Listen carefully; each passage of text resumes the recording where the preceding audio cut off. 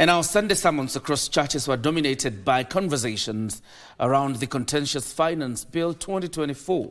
The sermons were characterized by calls for the government to listen to the voices of the youth, find a compromise and allow them to exercise their right to peaceful protest. This as the youth continued voicing their protests on the contents of a finance bill, both in the church pulpit and the precincts of the church. As is the norm, the Christian faithful flock to the church for the Sunday service. And with the church being accused of adopting a wait-and-see strategy in relation to the ongoing opposition on the finance bill, opponents of the bill, who are largely the youth, had mobilized themselves to flock churches to demand that the men of the cloth take a stand in a campaign dubbed Occupy Churches. And the clergy, perhaps taking cue, sought to disabuse the notion that they were bystanders in the governance affairs of the nation. And in a rare show, the Holy Family Basilica Church, which was accused of shutting its doors to demonstrators during the Thursday protest, sought to defend itself from accusations of being hostile to demonstrators. The compound hosts a school just on our right, and our personnel constantly maintain the safety of these young children. Their liberation is also our liberation. If anyone sinks, if anyone drowns, we also drown with them.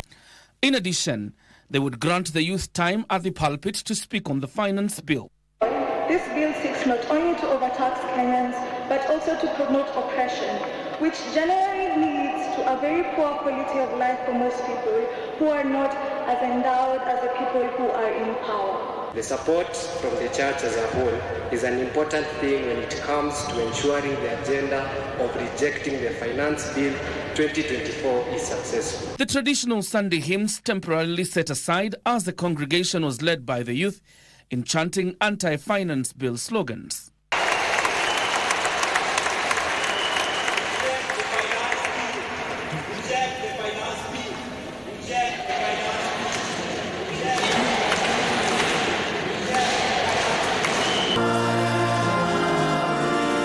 A similar script played out at the All Saints Cathedral Church.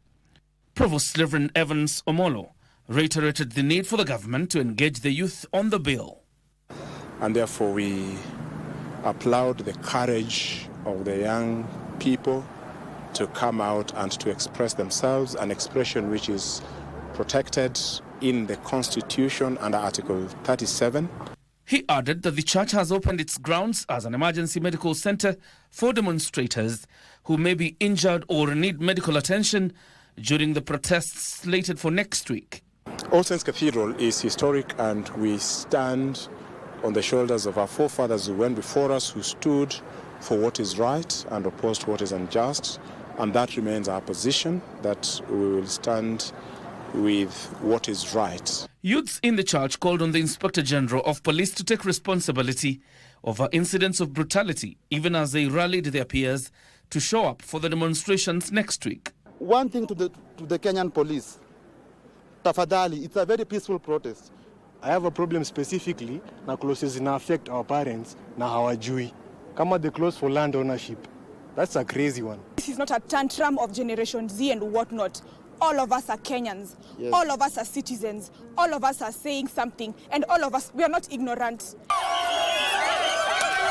Outside the venue where President William Ruto was attending the consecration of ACK Nyahururu Diocese, Bishop Samson Gashadi, youths chanted anti-finance bill slogans.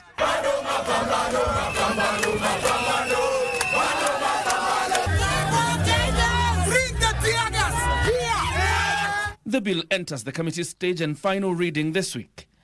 The protesters, however, remain adamant that they want the legislators to reject the bill entirely and not amend it.